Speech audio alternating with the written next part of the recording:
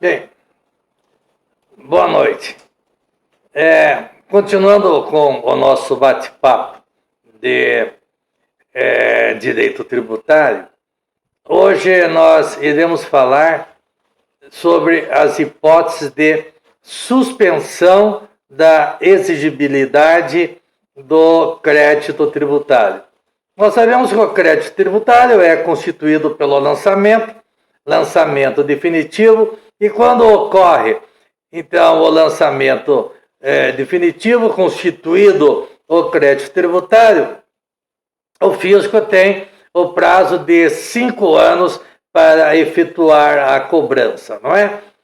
Todavia, existem algumas situações em que essa cobrança é suspensa. A isso, o Código Tributário Nacional, ele fala da suspensão da exigibilidade do crédito tributário. Suspensão da exigibilidade do crédito tributário simplesmente significa dizer que durante o período de suspensão, aquele crédito não poderá ser cobrado. Muito bem.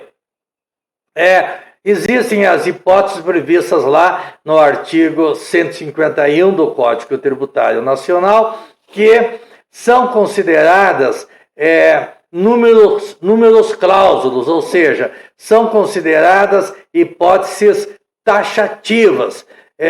E essas hipóteses, lá nos termos do artigo 111 do CTN, elas têm que ser interpretadas literalmente, ou seja, não pode haver uma interpretação elástica, porque trata-se de uma exceção, trata-se de uma restrição ao direito do fisco de efetuar a cobrança dos seus créditos tributários. Bem, essas exceções estão previstas lá no artigo 151. É importante ressaltar, desde logo, que estas exceções dizem respeito apenas às chamadas obrigações principais, obrigação de pagar. Não dizem respeito às chamadas obrigações acessórias, ou seja, aquelas obrigações de fazer ou deixar de fazer em prol da arrecadação e da fiscalização. O código, ele até diz, mesmo aquelas pessoas beneficiadas com a moratória da obrigação principal, não podem deixar de cumprir com as chamadas obrigações acessórias. É verdade que, hipoteticamente, em alguns casos excepcionais, mas aí através de decisão judicial, poderá haver uma suspensão da exigibilidade de uma obrigação acessória. Mas a regra é que a suspensão da exigibilidade refere-se unicamente à obrigação principal. A moratória, ela é nada mais... Bom, dentre as hipóteses de suspensão da exigibilidade, nós temos a moratória. A primeira hipótese de suspensão é a moratória. Nós temos outras hipóteses. Temos a moratória, o depósito montante integral, as reclamações e recursos administrativos, a concessão de medida liminar em mandados de segurança ou em outra ação, onde caiba essa liminar, a antecipação da tutela, que hoje é tratada como tutela de urgência, lá nos artigos 300 e seguintes do Código de Processo Civil, e o parcelamento. São essas as hipóteses de suspensão da exigibilidade. Hoje nós vamos nos fixar na primeira delas, que é a moratória. Você já pode perceber desde logo que as suspensões de exigibilidade do crédito tributário sempre estão envolvendo aí, normalmente, algum litígio entre o fisco e o contribuinte. Por exemplo, a questão do depósito montante integral, o contribuinte deposita para discutir, não deposita para pagar. Se ele for vencedor no final, simplesmente ele levanta aquele dinheiro que ele depositou. Se ele for derrotado, esse dinheiro ele vai para o fisco. Aí nós temos, então, reclamações e recursos administrativos, onde, então, já tem um litígio, embora ainda na fase administrativa já há um litígio entre o fisco e o contribuinte, vamos tratar a esse respeito. Medida liminar e mandato de segurança também, claro, está se referindo a uma questão aí litigiosa, não é?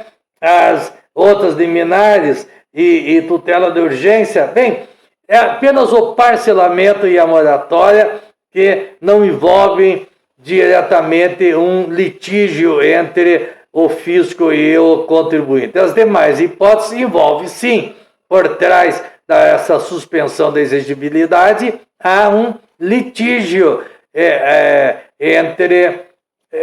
um litígio relativamente ao alcance ou à validade ou não do crédito tributário, não é? Bom, o primeiro, como nós dissemos, é a moratória. A moratória é nada mais, nada menos do que uma prorrogação do prazo para pagamento do tributo.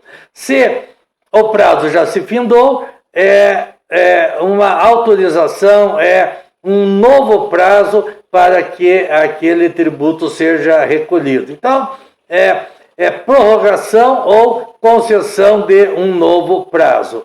Ela traz como consequência também a inexigibilidade do crédito tributário durante o período da moratória. Terminou a moratória, o crédito tributário pode ser cobrado novamente. A moratória pode acontecer em razão de calamidade pública, de acidentes naturais, não é? Agora nós estamos com uma espécie de moratória relativamente ao imposto de renda.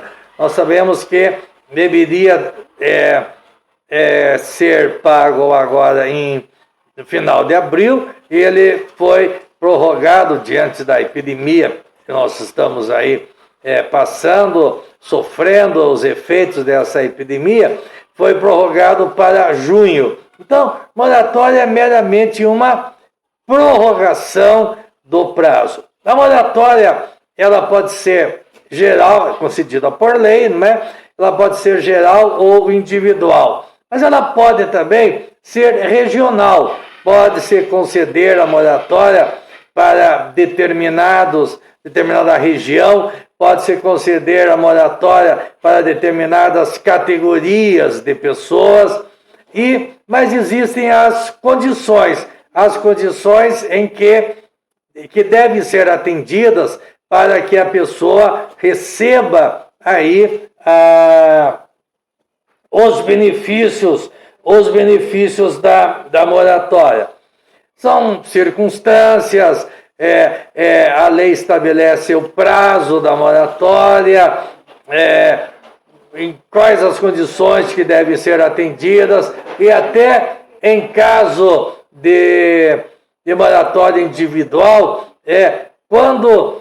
quais as garantias que você pode pedir do contribuinte individual para que ele seja beneficiado, não é, com aquela moratória. E outra característica da moratória é que ela alcança apenas os créditos tributários já exigíveis, já constituídos, e não aqueles ainda para se constituir. Com uma exceção, aqueles créditos que ainda não estão constituídos, mas já houve o lançamento e o contribuinte já foi regularmente notificado. Então, ela alcança os créditos constituídos e aqueles em que já houve o lançamento e o contribuinte já foi notificado. Bem, relativamente à competência, quem é competente para conceder a moratória? Ora, quem é competente para conceder a moratória é aquele órgão público que tem competência para instituir o tributo. Em outras palavras, competente para instituir uma moratória de tributos municipais é o município.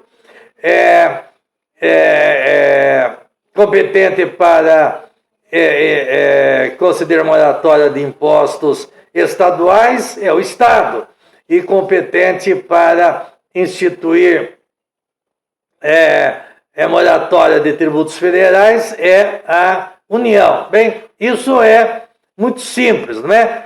Aquele que tem competência para instituir o tributo, competência para cobrar o tributo, é aquele que tem competência para conceder a moratória.